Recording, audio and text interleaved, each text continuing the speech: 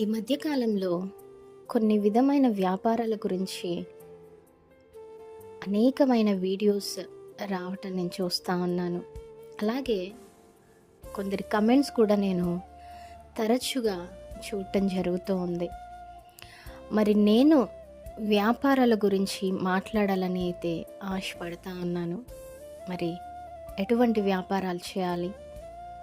వ్యాపారాలు చేస్తే ప్రాఫిట్ ఎంత పెట్టుకోవాలా?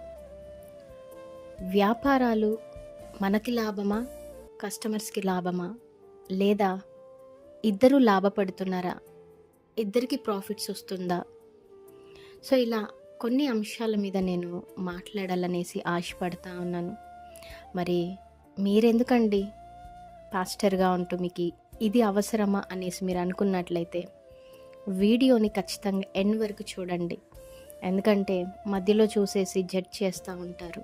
No right. మరి ఫుడ్ బిజినెస్ అనేసి, క్లాతింగ్ బిజినెస్ అనేసి, ప్రోడక్ట్స్ బ్యూటీకి సంబంధించినవి, వెల్నెస్కి సంబంధించినవి, లైక్ ఇలా అనేకమైన బిజినెస్ వ్యాపారాలు అనేది ప్రపంచవ్యాప్తంగా జరుగుతూ ఉన్నాయి.